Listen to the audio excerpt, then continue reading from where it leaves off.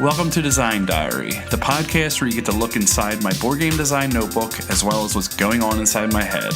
We look at a new word each day from the sense of mechanics, tone, theme, or inspiration for a full game.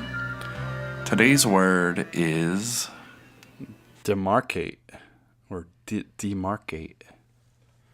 Demarcate. I don't know how many times I can say it the same way. The definition is to fix or define the limits of, delimit, to set apart, distinguish. So here we go on day 3 of not having the notebook, and still having it because it's sitting on the seat of my car.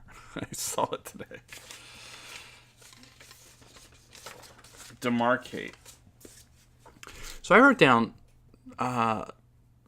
setting boundaries, and they also had a note in the definition about stones demarcated royal burial places, which I thought was neat. In first of all, in a theme, and definitely just in a setting. So my first thought, and going through my initial thoughts, my first thought was just the term drawing a line in the sand, and just the physical representation of that, of somebody most likely with their foot or a stick or something drawing a line in the sand and saying you can't pass, or nothing can pass, or what's on this side is mine and what's on that side is yours, something along those lines of drawing a line in the sand, which makes me think of a person setting personal boundaries. And I thought about this, it's almost like a property line or a fence or something like that, but it's less governed and more of just a limit that you created yourself. If anything crosses this line, then something's going to happen. So I decide where that line is. It's not a line that's set by me purchasing my house or the title to my property or deed or anything like that. I chose that this is the line where I've almost been fed up to, which is interesting because there's a line drawn on the ground on some sort of map or the surface or whatever, but there's also like a line of how much you can take. So there's like these dual lines. Like I can only take so much before I make this line in the sand. I don't know. This is sort of vague, but that's kind of where that's the idea I had for the initial thought. My mechanics. I wrote definitely push your luck, and it's kind of like the opposing player pushing their luck. Like I'm drawing my line in the sand because I'm at my peak frustration level or whatever. And how much are you going to push that? How close are you going to get to it? Are you going to go over, or are you just going to get right up to it and just get in my face? I also wrote, so to get into more mechanics, to define the limits of would be to choose a pool of dice to use. So let's say there's all these different die types, and I choose these ones. Now what that limits is, it limits the high, the maximum, it limits the minimum, and it limits your mid-range of what you expect to roll. So let's say there's one of every die, a 4, a 6, an 8, a 10, a 12, a 20. If I choose a 4, an 8, and a 10, my limit is 22. So I can sort of groom myself to get into these positions for rolling the numbers I want, which is in like the game like Floating Market sort of has that, which is really cool.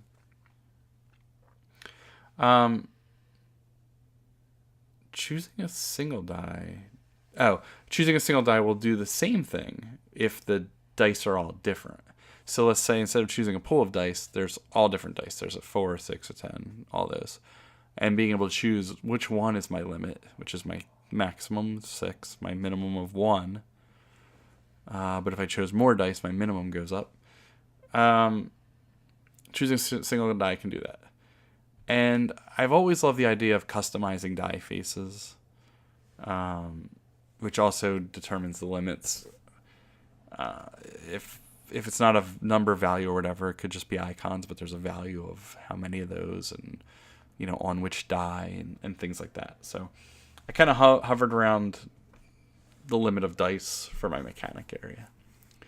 For theme, I said definitely a war game where the country borders can change and grow. And by that, I wanted to be specific in not just I'm in, country A and I'm expanding into country B. My units are in there and now I own it and your units have to leave. I think more along the lines where you're taking over neighboring areas, and instead of just moving your pieces there, your characters there, you have tiles that you're placing, tiles of some size and shape and sort that are expanding, outside of your area and into the others. And I said, instead of taking over the area to the west of where you're currently located, that area just gets smaller and smaller as your eastern area grows into it. Everything that's in the area to the west starts to condense more and more, but eventually it'll be taken over if it isn't moved out. So imagine, I'm in an area, and let's just say there's squares. Squares make it really simple. My area is a 3x3 grid of 9 squares. And, as I add infantry and I do things and I grow the area and I build up my military or whatever it is, I start to seep into the area next to it. And that's just my reach or whatever is now into that area. I don't own it. If I have people in there, it might be one thing, but I don't own that. You still own that, but I'm starting to get in there. It's making your area shrink a little more and more. So that was kind of my thought, and it led into my final thoughts for this concept, which puts this really weird spatial spin on everything. So imagine a game where there are boundaries. It's a war game. We have borders of different countries and things like that. But I'm going to expand outside of my, my starting country or whatever, and into others. And the way that it works is just like I said, with playing tiles or cards or something like that expand your reach. But I thought what would be really neat about it is having different shape cards, different size and different shape and things like that. And the way that they're placed on the board, like imagine a card, it's a little taller than it is wide. Imagine it like placed on an angle. So when I place a new card in there, there's this, I wouldn't call it as much of a dexterity as a placement impact. I can place my card touching my card in any direction or whatever. It just has to touch my existing units or whatever it is in my country. And it might overlap into your country a little bit. And if I can make it touch my stuff and then overlap your character cards in there or your infantry cards in there, then I really start to finally take over it all. But I thought the placement of cards and the way that they're laying on the table would be really interesting in a back and forth game, because you can lay things on an angle so they take up a lot of a longer amount of space but not as much consistency in the directions and in the width and everything like that. So I don't know, I thought it was kind of neat, and that's kind of where I got with it. I want to hear what you have, and I know that people are writing on Board Game Geek as we speak, because I posted this early this morning and couldn't get the episode up in time, but I wanted to see what people's thoughts were. Now I'm going to go read them because I didn't want to get influenced by them. I kind of wanted to let this go naturally. So I'm curious to see what they wrote on there. But for mine, setting some dice limits and fiddling with cards on a table so there's this real space function to all of them. That's where I got with it. Demarcate. Thanks again, everyone. We'll see you tomorrow.